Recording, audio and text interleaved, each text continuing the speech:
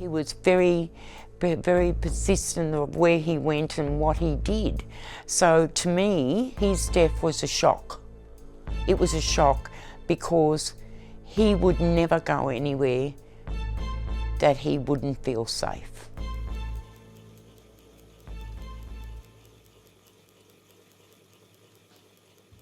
I'd just been finishing another true crime podcast, and for decades have been fascinated by Australian criminal history. In particular, Stewart John Regan. You know, what we knew of him through the decades was in many ways the sort of cliched picture of the hyper-violent killer and gangster. People also don't have a good grasp of, I think, is the ongoing ripple effect of the impact of the life of a person like Stewart John Regan, the way he lived his life, almost a dual personality, whereas, you know, he had his own partner, Margaret, and children, and by all accounts, you know, he was very loving to his kids, but then simultaneously there was a very violent human being at work there. Because we met at a younger time in my life, 17, he was the love of my life back then. I never had any issues with him. He was very persistent in having our relationship. The first time I met him, he said, "You're the woman that's going to have my children and I will marry."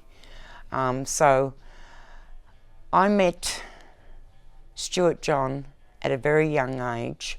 As time went on, and we were together for years, since he moved from the country into the city, we'll say the city, he seemed to have changed, okay?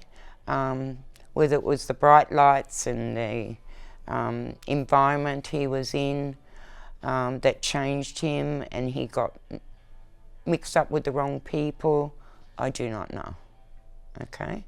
So this podcast is from my personal feelings of our relationship from a younger age to having his children. I can honestly say our relationship was fine until later on in years, okay? Which was quite a shock to me. He didn't really let me know things that were going on. He wouldn't tell me what he was up to. I had a terrible time with the communication with his mother and my son. So it was like he was controlled by her. He was definitely controlled by her, even at a later age. We're talking about 17, 18 when we met, to a person that was growing up, but she had very much control of her son's life. In life, when people get labelled, okay, John was accused of many things. He was accused of murder, he was accused of many things, but if you put it before the court system, he was never charged. He was never charged for any of these things.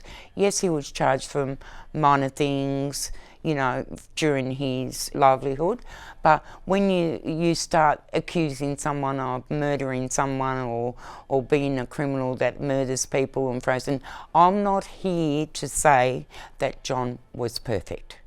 I'm not here. But on the other hand, I also did know John, the other side of John.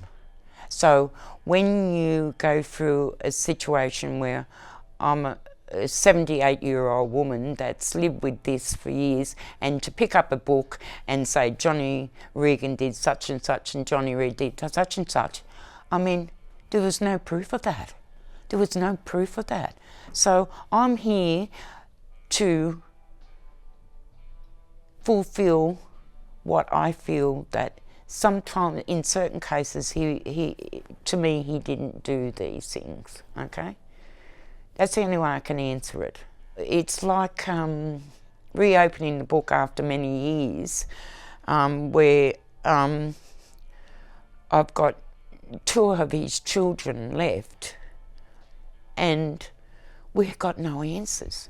We got no answers why he died. Was it a setup? Was it, was he taken to a place? And, John was a very careful man. Careful, he was very, very persistent of where he went and what he did. To me, his death was a shock.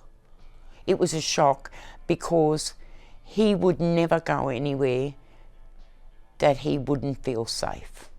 So to me, obviously, John has walked down that path in Marrickville to meet somebody that he trusted. That's my thoughts on the matter. And whether we ever find out what happened to John, we don't know. But I can honestly say the way he died wasn't called for. But then on the other hand, we have to go into it that he would have had enemies out there with police or with other criminals. I don't know. Because as I said to you before, he never, ever confided in me of what was going on. Okay?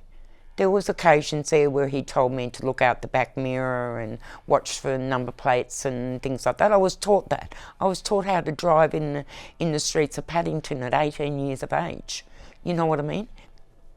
I hope that the general public looks at this story and questions this story, because I think that John, the father of my children, the public deserves to know certain truths about what he was really like.